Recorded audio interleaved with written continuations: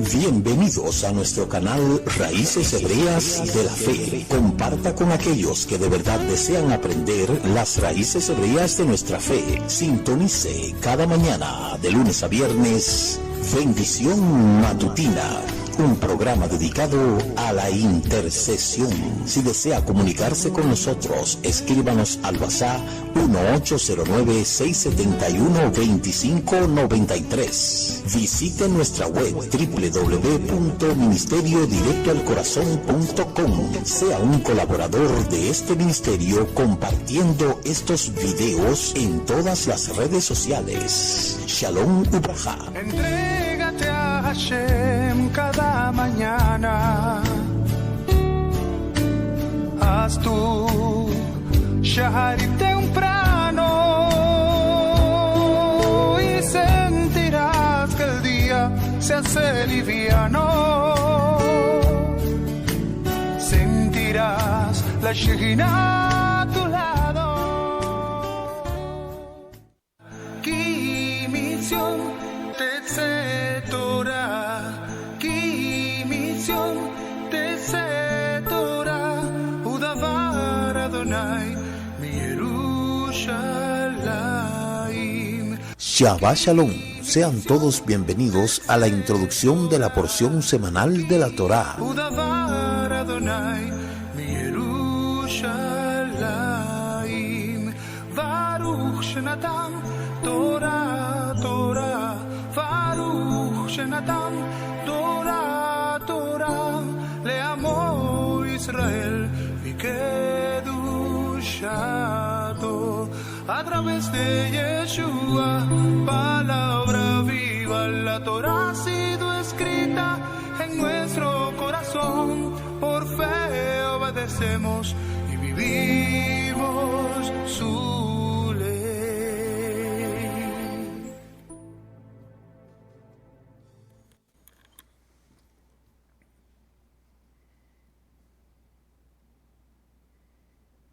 Shabbat Shalom, buenas noches, Shabbat Shalom. Ha llegado el día más importante de la semana, el Shabbat.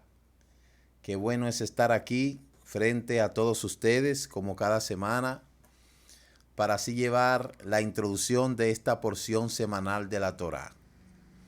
Es un privilegio para nosotros que cada semana el Eterno nos dé la oportunidad de estar aquí hablando de su Torá. Es una tremenda bendición el poder estar uno en estos caminos del Eterno.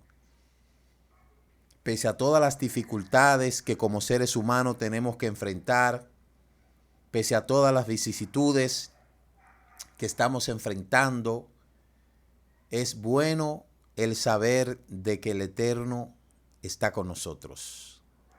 Él es nuestro defensor. Saludos a todos ustedes, un Shabbat Shalom a todos nuestros delegados y colaboradores en todas partes, en donde quiera que nos estén sintonizando en este momento, después de haberle dado la bienvenida al Shabbat. Aquí estamos prestos para poder estudiar la Torá del Eterno. En esta semana tenemos la porción número 6, la porción que se llama Toldó. Toldó significa generaciones. Y esta parashá tiene mucha relación con esa ciudad de España que se llama Toledo, donde en la antigüedad se reunían. Fue una ciudad donde llegó a ser prácticamente una parte céntrica de los judíos sefarditas.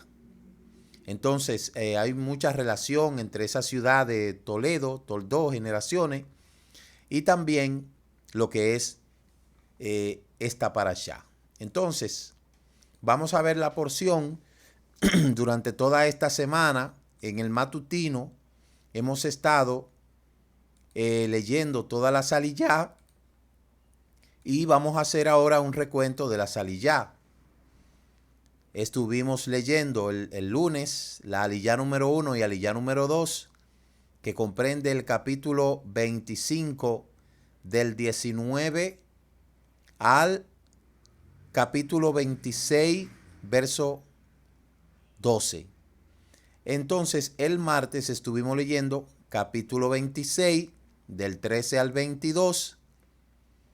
El miércoles estuvimos leyendo capítulo 26, del 30 hasta el capítulo 27, verso 27.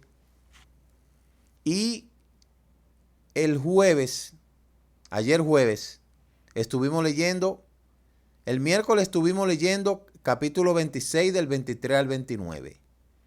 Y el jueves estuvimos leyendo capítulo 26 del 30 hasta el capítulo 27, verso 27.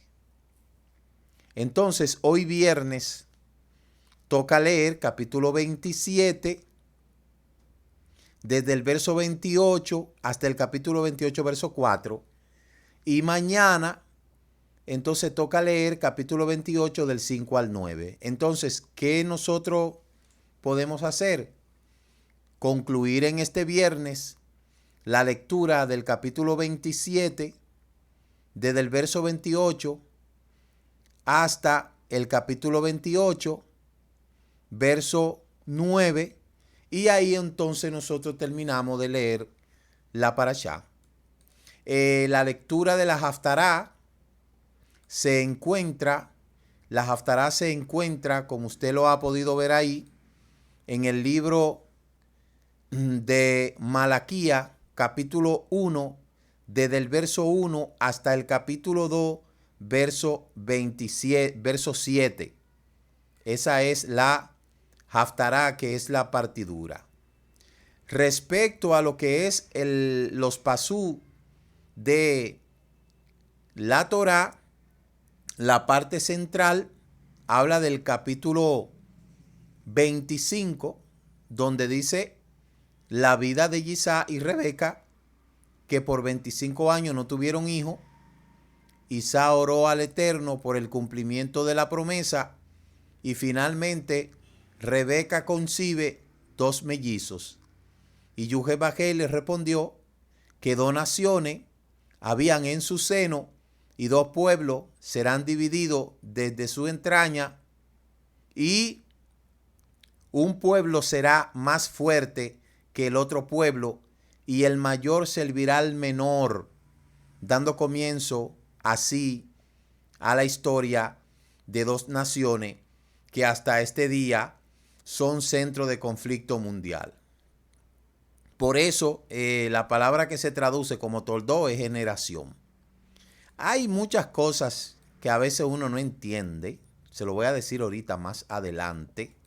Mire, tocante a lo que es la Haftará, en esta parashá nos ofrece una serie de situaciones en las cuales pareciera que las cosas están fuera de control, pues en varios casos hubo alguna falla que humanamente hablando hubiera podido llevar a consecuencias irreparables.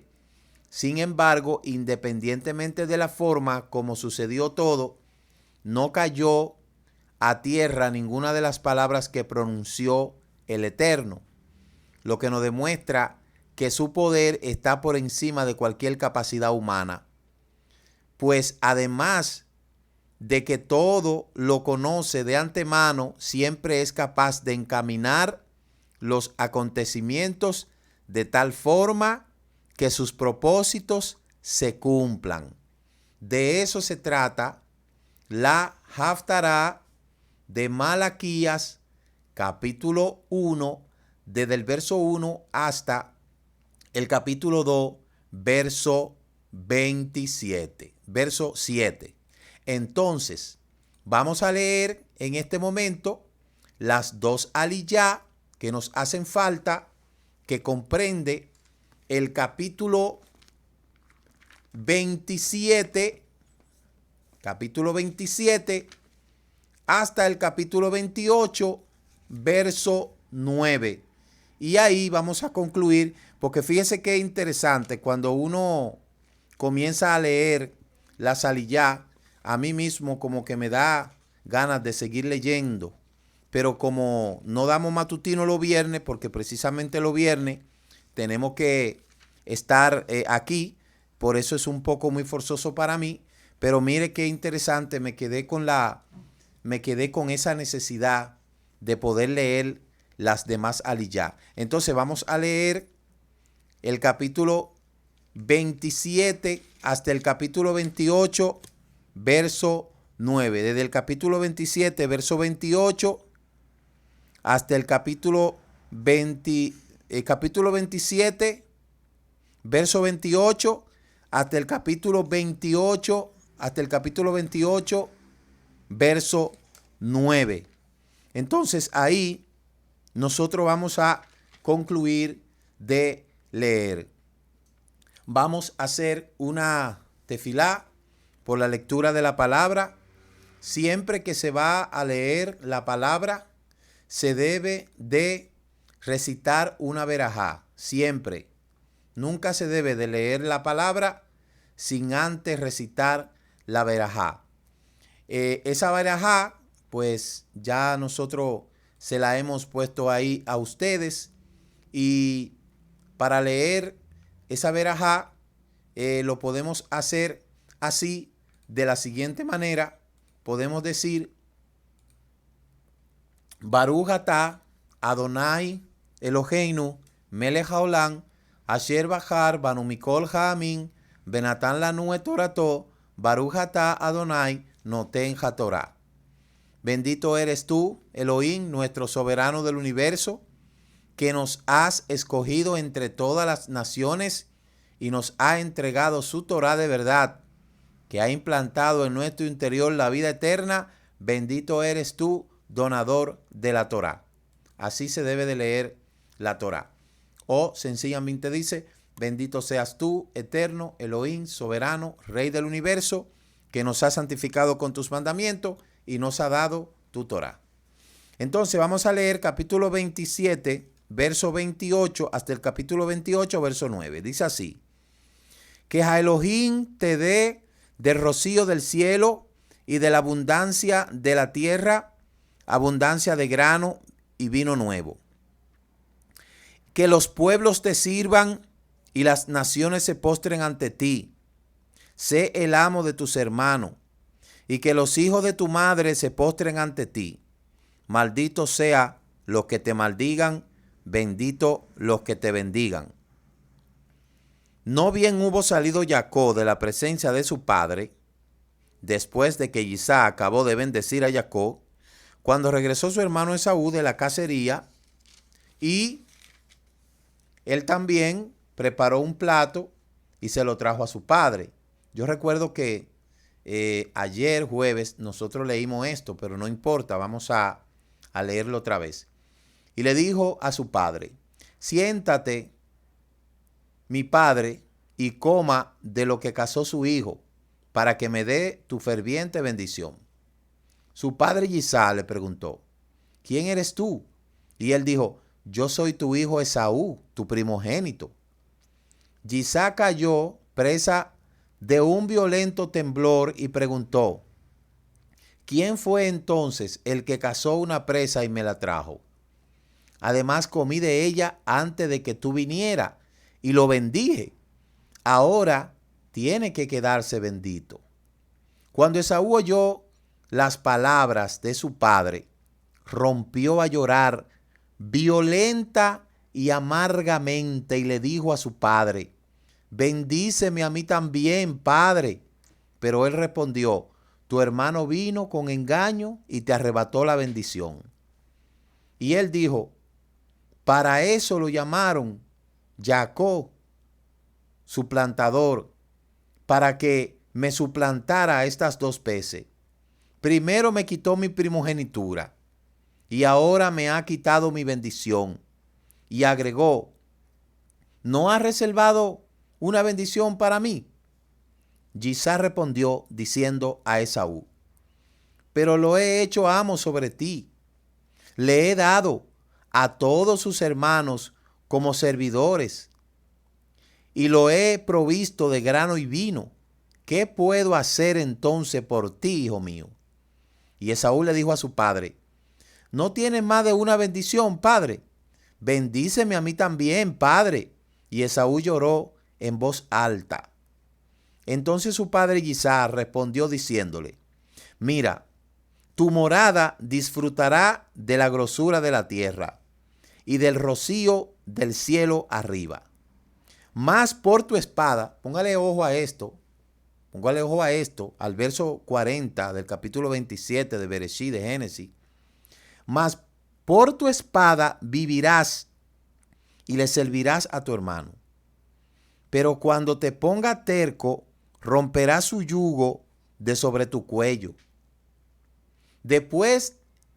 Desde entonces Esaú abrigó rencor contra Jacob a causa de la bendición que le había dado su padre. Y Esaú se dijo: nada más deja que llegue el período de duelo de mi padre y mataré a mi hermano Jacob. Cuando le informaron a Rica las palabras de su hijo mayor, mandó a buscar a su hijo menor Jacob y le dijo: tu hermano Esaú se está consolando a sí mismo con la idea de matarte. Ahora, hijo mío, escúchame. Huye enseguida a Harán. Ve con mi hermano Labán.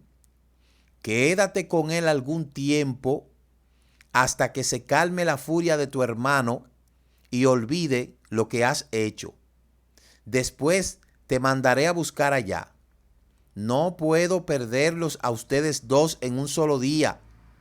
Rica le dijo a Isaac: estoy disgustada con mi vida por causa de las hititas.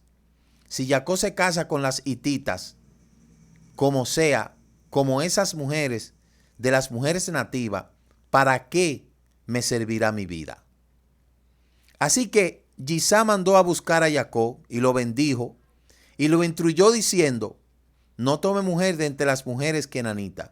Sal y vete a Padán Aram, a la casa de Betuel, el padre de tu madre, y toma una mujer de allí de entre las hijas de Labán tu tío.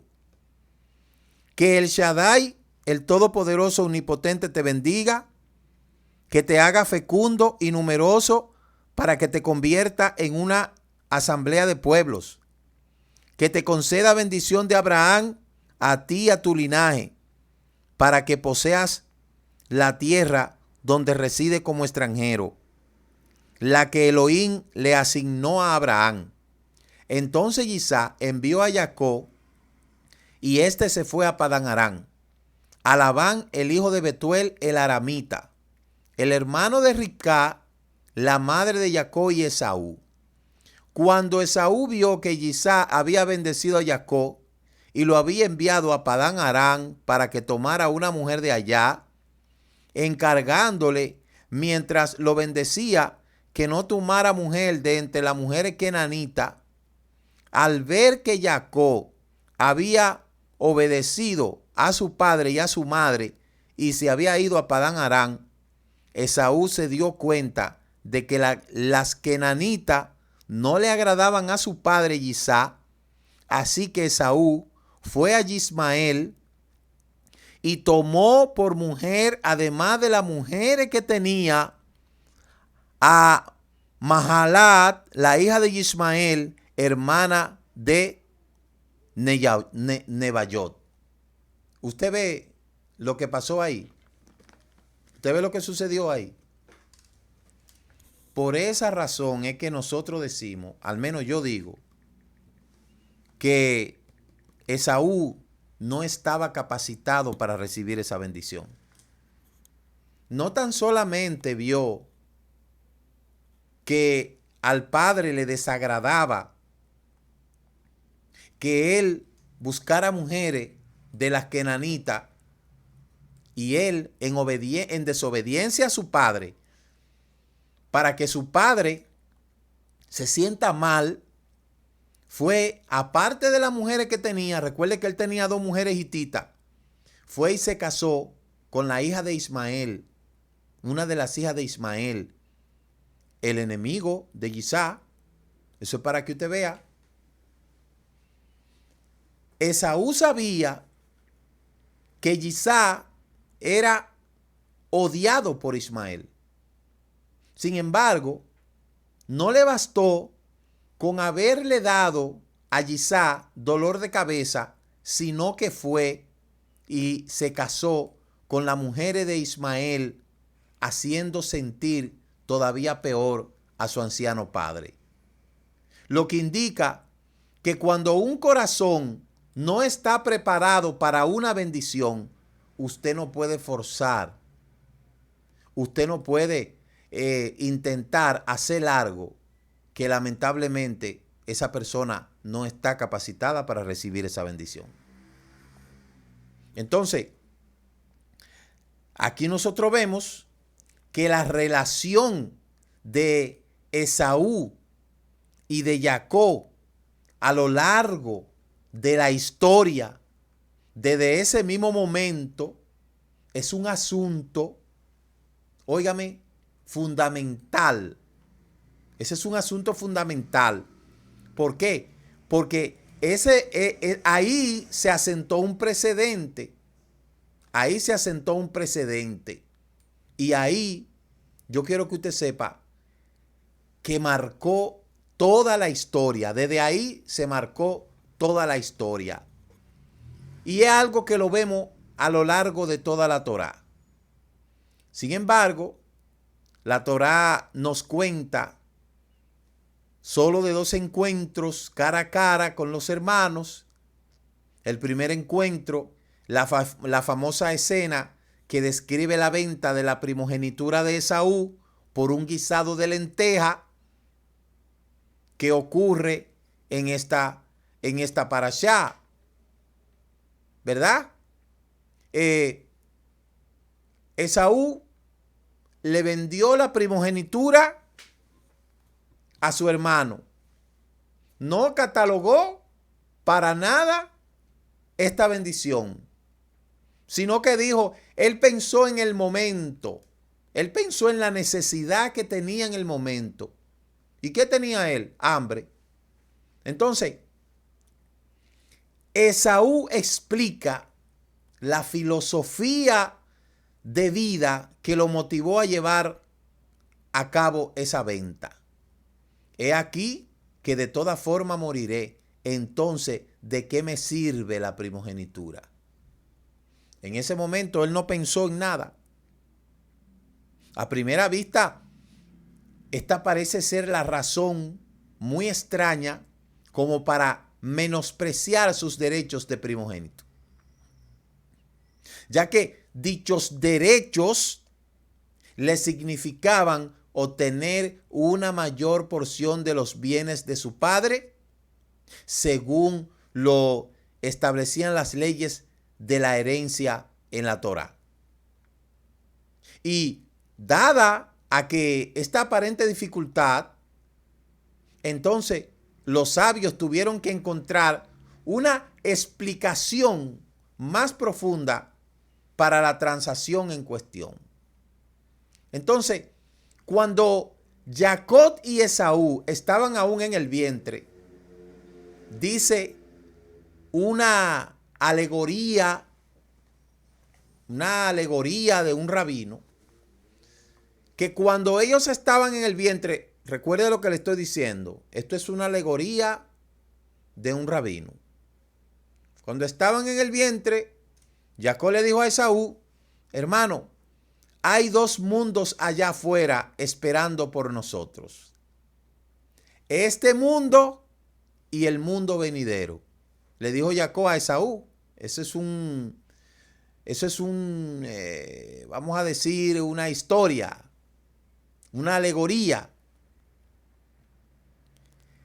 Este mundo contiene comida, bebida, negocios, matrimonios e hijos, mientras que el mundo próximo no tiene ninguno de esos aspectos. Le dice Jacob a su hermano Isaac antes de salir del vientre. Si estás dispuesto, yo tomaré el siguiente mundo y tú puedes quedarte con este mundo. como está escrito, vende como en este día tu primogenitura a mí, véndeme tu primogenitura a mí. Como este día se refiere el día en que tuvieron esa misma conversación en el vientre, Esaú inmediatamente negó el concepto de la resurrección de los muertos. O sea, a Esaú no le importaba nada del mundo por venir. Como está escrito, he aquí que de toda forma moriré. Entonces, ¿de qué me sirve la primogenitura? En ese minuto fue decisivo y Esaú tomaría este mundo como su porción, mientras que Jacob tomaría el mundo venidero. Esa alegoría que hace el comentario en Yalkut Toldot 111 es una alegoría que se dice porque ustedes saben que uno siempre trata de hacer volar la imaginación para nosotros poder decir, oye, es probable que esto estaba arreglado desde antes de que estos muchachos vinieran al mundo. Pero en vista del Midrash, la transacción entre Jacob y Esaú involucraba un intercambio de mundos.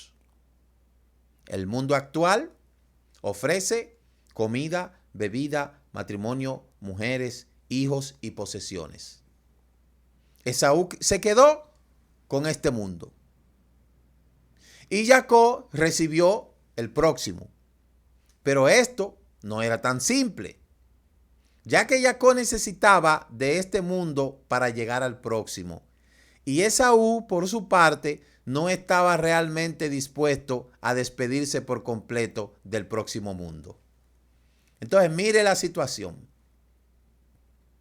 A veces, la gente no le da valor a las cosas de este mundo. O sea, a las cosas del mundo por venir. La gente no le da valor a eso. Pero tampoco se quiere despojar totalmente del mundo por venir.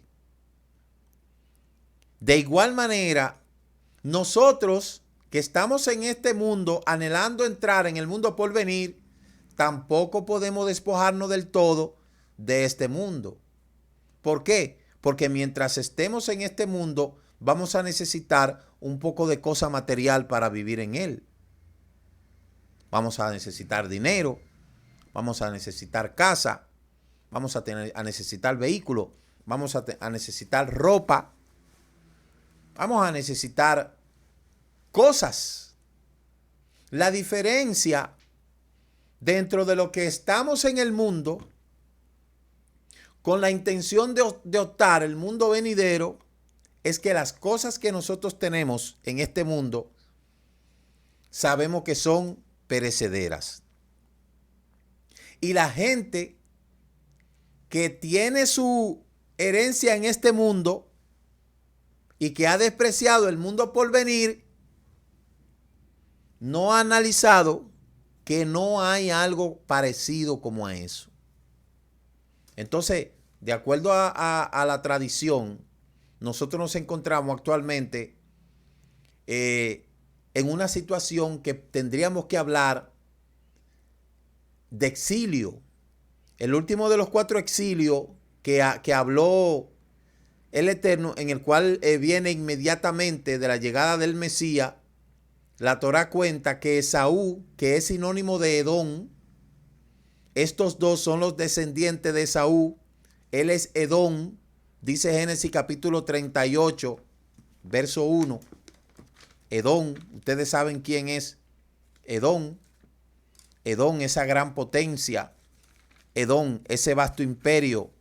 Edom, ese imperio que quiso destruir a Israel. Edom, que según muchos aluden, representa el sacro imperio romano.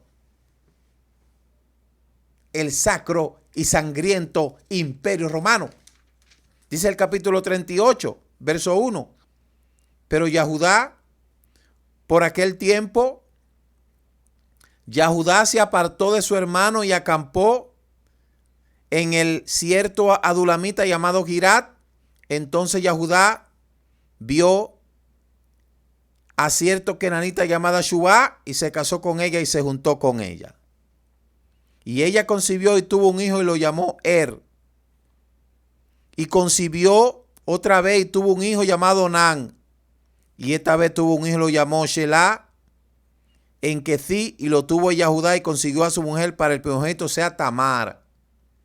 Y así, nosotros que leemos este capítulo, podemos entender una relación que tiene esta historia de Yahudá con Tamar, y eso representa como si fuese un exilio que es también conocido como el exilio romano. Todo comenzó con la destrucción del segundo templo. Si usted sigue leyendo, usted va a ver ahí que ese error que cometió Yahudá le costó caro. Le costó caro a Yahudá y le costó caro al pueblo de Israel. Ese exilio que fue producto de los ataques de el Imperio Romano, descendiente de Esaú, todo comenzó con la destrucción del segundo templo en manos de los romanos. Y posteriormente, el Sacro Imperio Romano Germánico se transformó en la base cultural y espiritual del mundo occidental. Ese Sacro Imperio Romano. La destrucción del segundo templo coincide también con el nacimiento y la ascensión del cristianismo. La piedra angular de la moralidad y la ética occidental. Y de acuerdo a la tradición, podemos concluir que Esaú es igual a Edom, que es igual a Roma, que es igual al cristianismo. Cuando uno, en términos de historia, comienza a buscar el origen del Imperio Romano, cuando usted habla en términos de historia, dice la historia que del 27 antes de la era común inició Roma centralizada su fundación en el 753 de nuestra era. Y esta fue llevada a cabo por los hermanos gemelos, los hermanos gemelos de Rómulo y Remo a la orilla del río Tíber. ¡Qué coincidencia! ¡Qué coincidencia!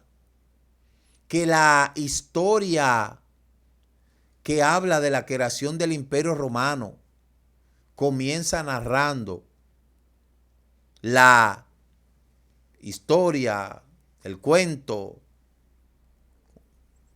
la fábula acerca de dos gemelos, Rómulo y Remo, fundada a la orilla del Tíber. La ciudad fue creciendo, enriqueciéndose hasta llegar a ser considerada una de las ciudades más avanzadas del mundo. Entonces, si usted analiza el origen del Imperio Romano, que comienza bajo el mandato de Octavio y finaliza en el 476 bajo el mandato de Rómulo Augusto, podemos entender que se establece el Imperio Romano al momento en que la República Romana desaparece a dar lugar al Sacro Imperio. Y ahí comienza entonces la era de los emperadores, donde comienza con Julio César, después con el dictador Perpetuos, después que se asesina a Julio César. Y vez tras vez, cuando usted analiza la historia del Sacro Imperio Romano, solamente se habla de traición entre hermanos. Solamente. Y toda la cosa mala que usted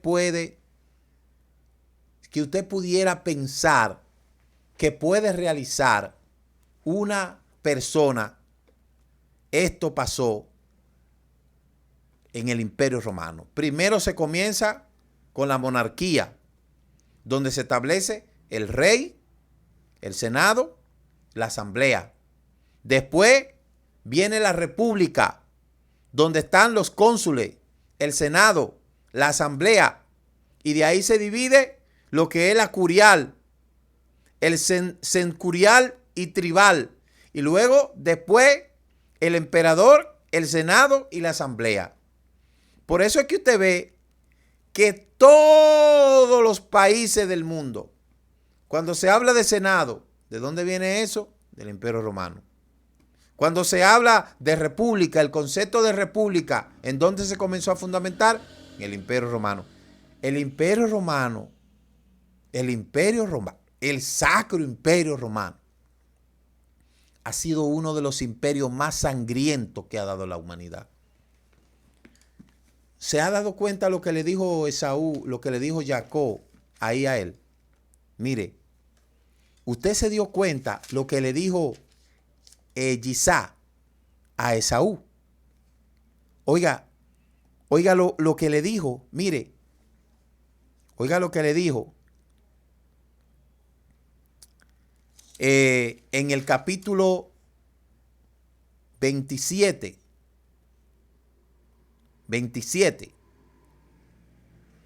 Mire lo que le dijo. Verso 40. Mas por tu espada vivirás y le servirás a tu hermano. Oiga, mas por tu espada vivirás. Los descendientes de Esaú fueron gente sangrienta. Y esa conexión que hace los sabios judíos con Esaú, Edom, Roma, cristianismo, eso no es una coincidencia. Ahora nos reta a nosotros hacer una investigación más exhaustiva tocante a estos nexos que puede pertenecer a esa teoría, porque vamos a dejarla como una teoría. Pero de cierta manera hay una conexión. ¿Por qué? Porque uno de los imperios más sangrientos que ha dado la humanidad fue el Imperio Romano. Entonces, Edom, Roma, cristianismo. Hay muchas cosas ahí que tenemos nosotros que investigar. Mire, si hablamos en términos de la fe de Esaú y nos orientamos dentro del cristianismo, que es la religión oficial del Sacro Imperio Romano, el reino de Edom, y la razón por la cual se incluyó la denominación sacro, que quiere decir sagrado, entonces la religión de Esaú, de acuerdo a la tradición, Maimónides habla muy bien del cristianismo como una fuerza que esparce el conocimiento del verdadero Dios entre la humanidad. El cristianismo cree firmemente en la resurrección de los muertos, por lo que difícilmente cedería una porción en el mundo venidero a alguien. Por lo tanto, ninguno de los lados del negocio entre Jacob y Esaú resultaría fácil de comprender. ¿Por qué? Porque si tú quieres gobernar aquí a la mala y quieres gobernar en el mundo venidero también, eso es un asunto serio. Entonces la clave para nosotros entender esto es penetrar al fondo de la declaración de Esaú. He aquí que de toda forma moriré.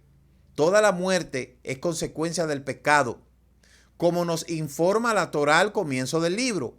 Porque en el día en que coma de él con seguridad vas a morir, como dice Génesis capítulo 2, verso 17. Por lo tanto, dado que la muerte se asocia al pecado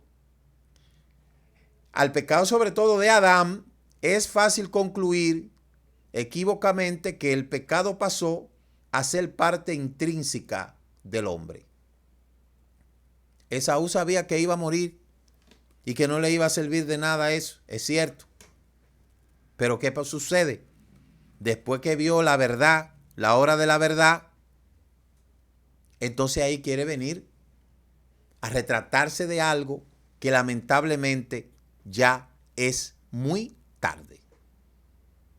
Entonces, ¿qué representa? ¿Qué mensaje es el guiso de la lenteja? Dice un midrash, este midrash se llama Bereshit Rabbah 63:11.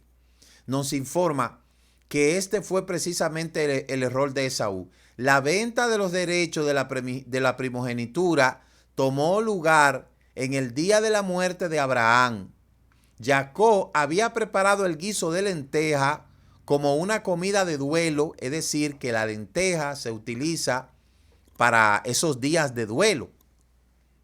Las lentejas son redondas y no tienen perforaciones. La redondez simboliza el hecho de que la muerte es parte del ciclo de la vida.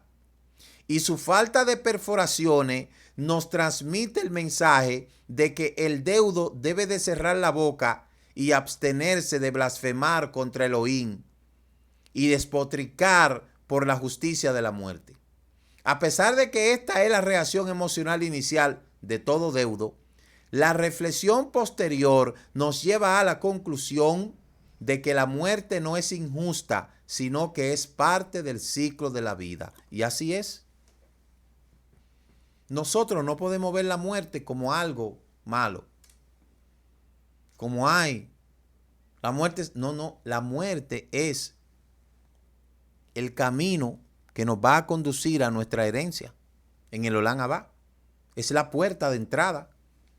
Por eso dice el Salmo 115, estimada es a los ojos de Hashem la muerte de tu Kedushim. Entonces, en contraste con el mensaje que transmitía Jacob mediante la lenteja, Esaú consideraba que toda muerte era una consecuencia directa del pecado.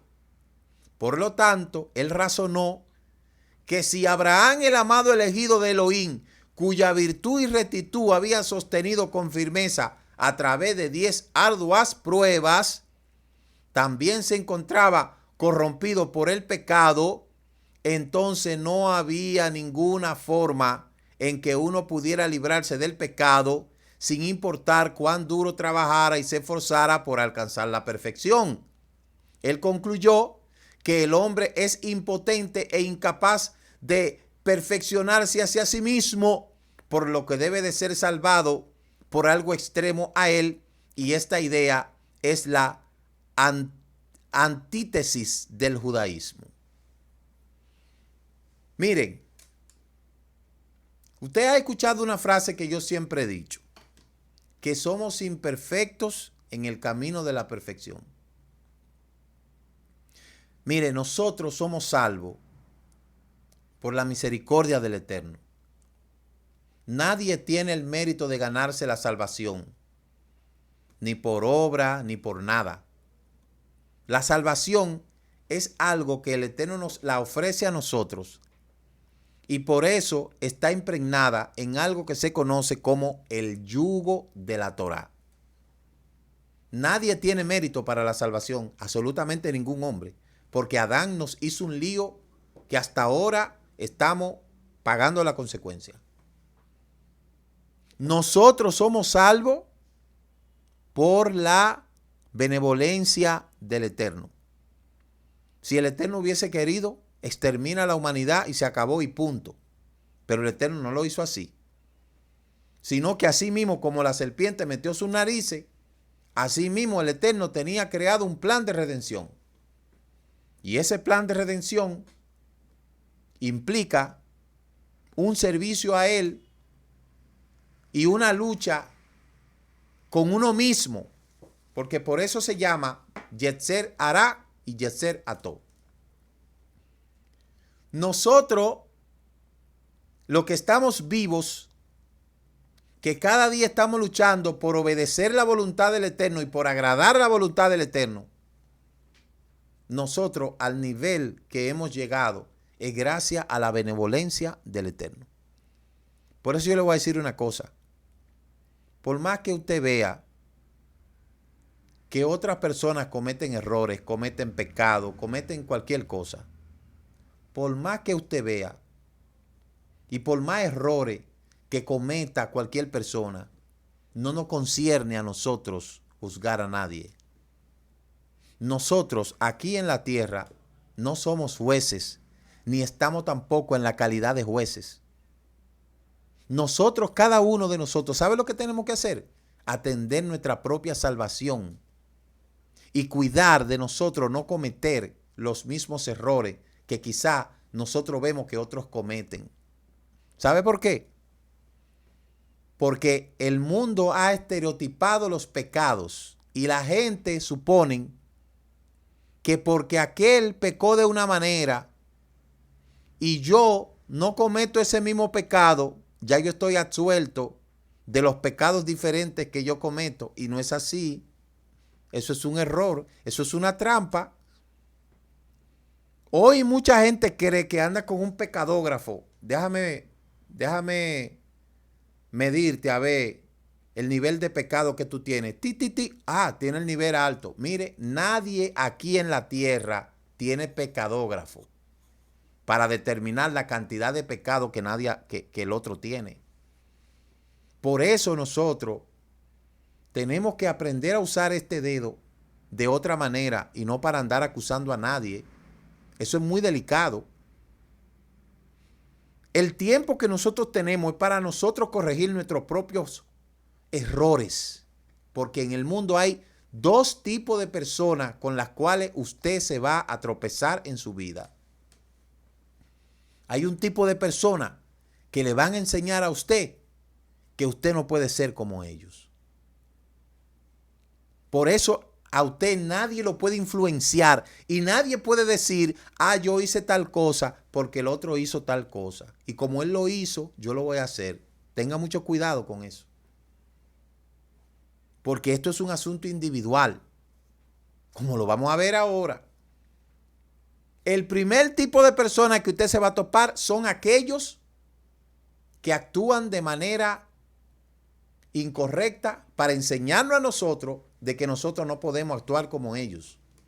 Y hay otro grupo de personas que actúa prudentemente para enseñarnos a nosotros que tenemos que imitar lo bueno y no lo malo. Esos dos tipos de personas usted se va a topar siempre. Mire, en los seres humanos nosotros vamos a encontrar las cosas buenas y las cosas malas. Pero la Escritura dice que imitemos lo bueno.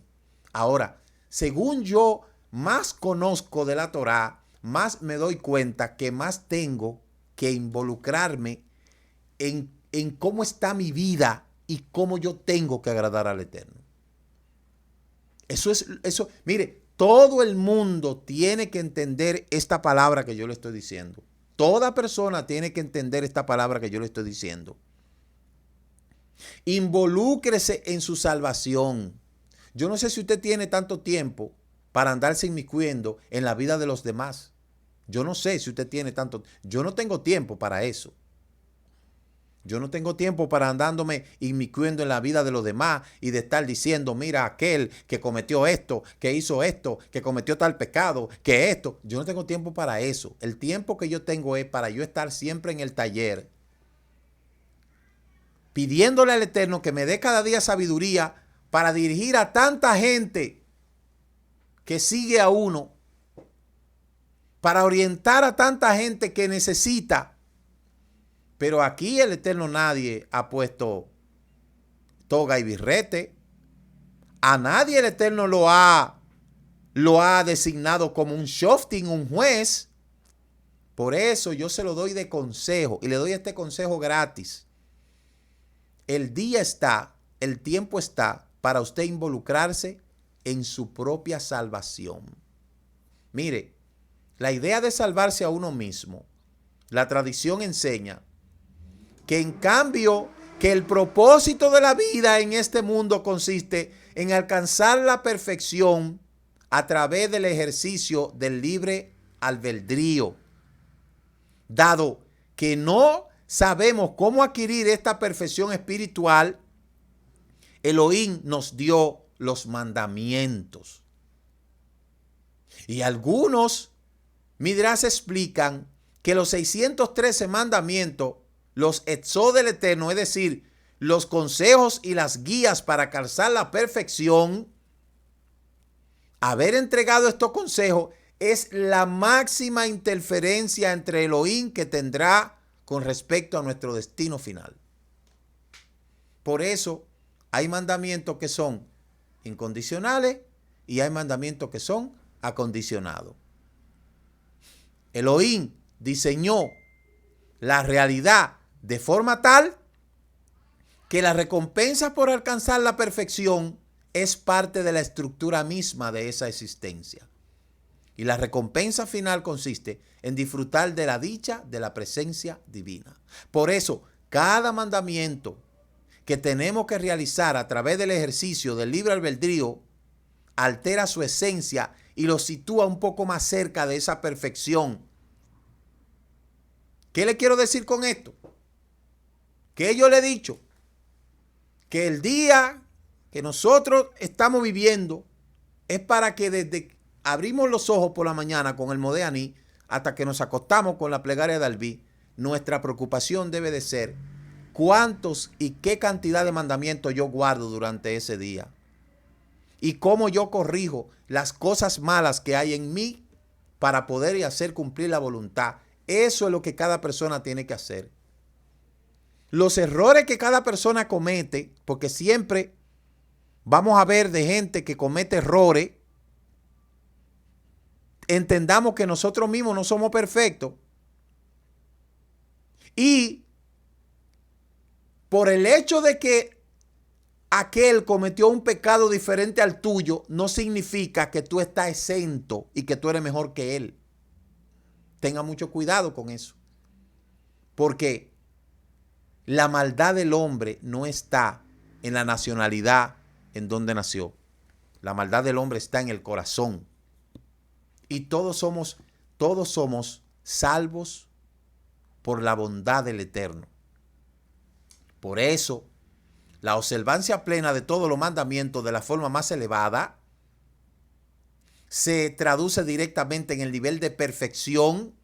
¿Quién será este hombre sobre la faz de la tierra? Yo quiero que me diga uno o una en esta tierra que me diga a mí que no comete pecado, o que no ha cometido un pecado, o que no ha cometido una falta. Que aparezca uno que me diga, no, yo no cometo errores, yo no me equivoco, yo soy perfecto. Yo quisiera que aparezca uno y me diga, mire, yo soy una persona perfecta, yo no cometo falta, yo no miento, yo no robo, yo no calumnio, yo no hago malos pensamientos, yo no hago nada malo. Que aparezca uno y me diga. Entonces, esa es la situación que los de Saúl no pensaron nunca en asuntos que tienen que ver con el Olán Abá, porque para ellos era lo más importante otras cosas.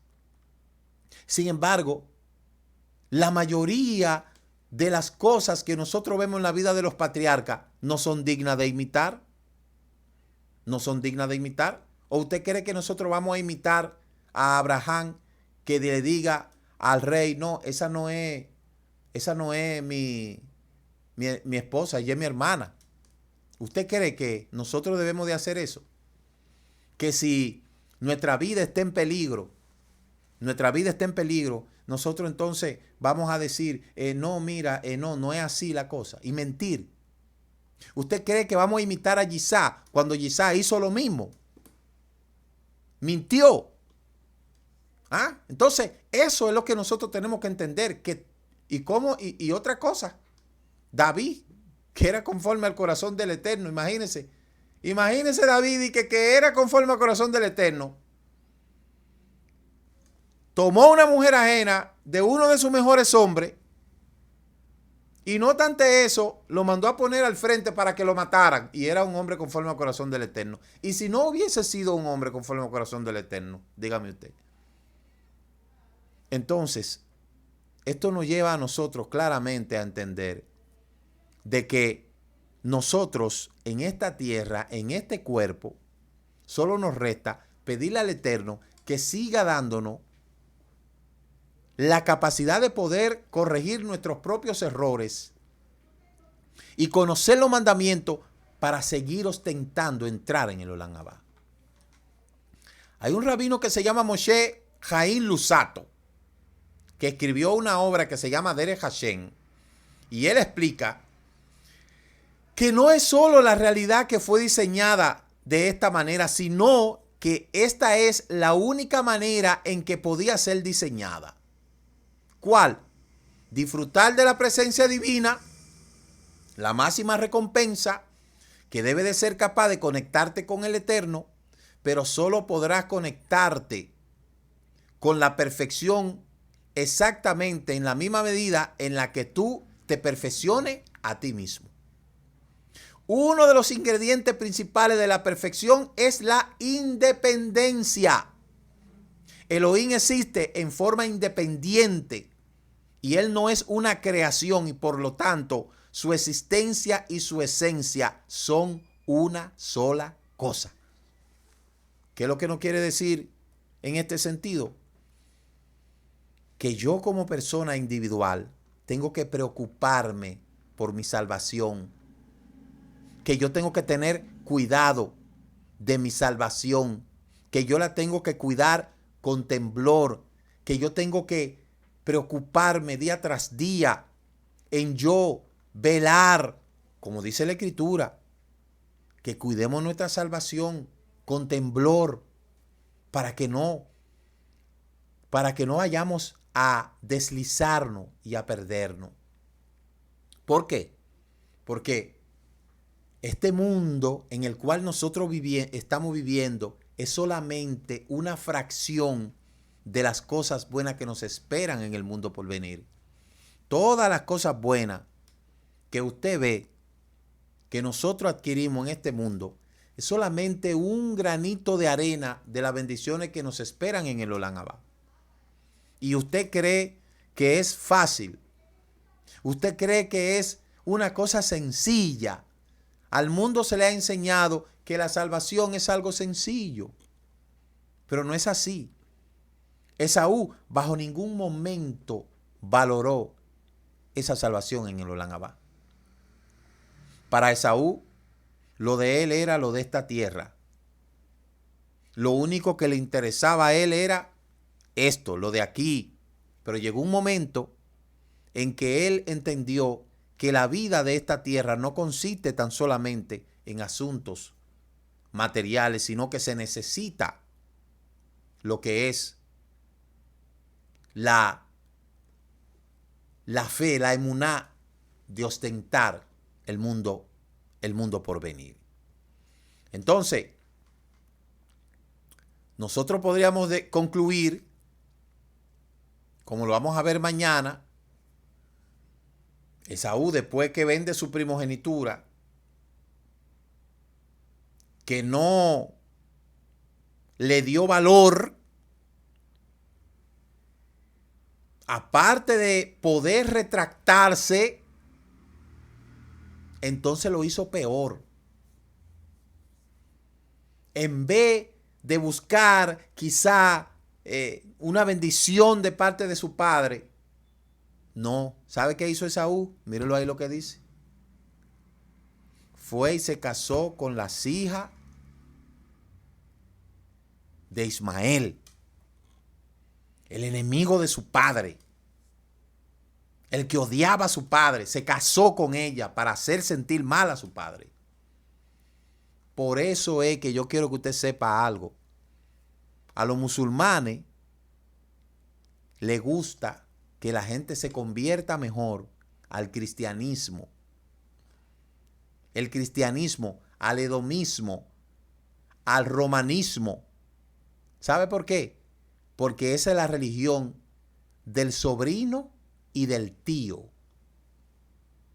Y por eso es que usted ha escuchado del Crislán. ¿Usted ha escuchado del Crislán? ¿Usted ha escuchado de la bestia que viene a arrasar con todo? Ese se llama el Islam. A los musulmanes le interesa que la gente se convierta mejor al cristianismo que al judaísmo. A los musulmanes les gusta que la gente mejor entre al cristianismo, porque acuérdese, los descendientes de Esaú se casaron con los descendientes de Ismael. Pero otra cosa, eso usted lo puede ver. Cuando la gente, yo he visto a alguna gente que va a Dubái y va a esos sitios. ¿Y de qué se visten ellos? ¿De musulmanes? Mire la vestimenta de muchos cristianos ahora, ¿qué es lo que parecen? no se quieren poner un talí. No se quieren poner un talí. No se quieren poner un kipá. Pero sí se quieren poner una yamulca. Y cuando usted lo ve, musulmanes. Eso es así. Eso no es una cosa. Mírela, búsquela para que usted vea. ¿A dónde se van los cristianos cuando van allá a Israel? ¿A dónde se van a comprar? A los musulmanes. ¿Y qué hacen los musulmanes con eso? Financian el terrorismo contra Israel. Mire, nosotros que hemos adquirido este conocimiento, que conocemos la historia y que conocemos las cosas como tal, a nosotros no nos interesa, al menos a mí no me interesa que ningún rabino judío ni ninguna institución judía me reconozca nada. Porque usted sabe que eso tampoco nunca va a pasar. Porque yo estoy claro en dónde yo estaba, en dónde estoy y para dónde voy. Y me he dedicado al estudio de las cosas para no ser un ignorante. Para que cuando tenga la oportunidad de entrar en cualquier debate, hablar con autoridad. ¿Por qué? Porque para eso el Eterno nos ha capacitado y nos está capacitando. Pero yo quiero que usted sepa algo. Que los musulmanes saben quién es quién. Y los musulmanes saben quién es cristiano y quién está siguiendo la Torá, aunque a nosotros mismos seamos atacados por el judaísmo. Quiero que usted sepa eso. Y eso no ha sido desde ahora, eso no es desde ahora, eso ha sido siempre. Eso ha sido así siempre. Esta lucha que usted ve del antisemitismo cristiano no es algo desde ahora. Ese rechazo a todo lo que huele judío, eso no es desde ahora. Todo rechazo a la fiesta, al chaval, talí, kipá, todo eso no viene desde ahora. Eso no viene desde ahora. Eso es viejo, eso es antiguo. Pero una cosa es lo que diga la gente, otra cosa es lo que dice la historia. Por eso yo le digo que no hay una cosa más contundente en la vida de una persona que cuando ha llegado a un conocimiento, a un convencimiento personal. Y yo soy un testigo ocular que cuando el Eterno llama a una persona, lo saca de donde sea, lo capacita, lo reparda y lo prepara. Porque el Eterno no es religión. Elohim de Abraham, de Isaac y de Jacob no es religión. Por eso es que yo le digo a usted, esto no es religión. Esto es un estilo de vida. Esto es una carrera de por vida. Y por eso es que aquí usted tiene que definirse. Usted tiene que definirse aquí. Si usted va a seguir con Esaú o usted va a seguir con Jacob. Va a llegar un momento en la vida de este mundo en que la gente va a tener que decidirse o convertirse al Islam, al Crislán, o aceptar la Torá como yugo. Oiga lo que yo dije. Va a llegar un momento, en un tiempo, en que la gente va a tener que decidirse entre aceptar el yugo de la Torá o aceptar el Crislán. Porque esa es la bestia que encabeza.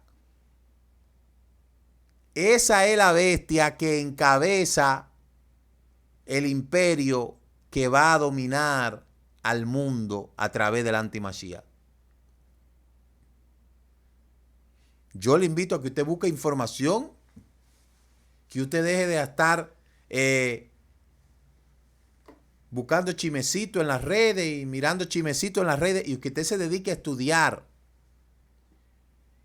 Que usted utilice las redes para su edificación. Porque eso es lo que tenemos que hacer.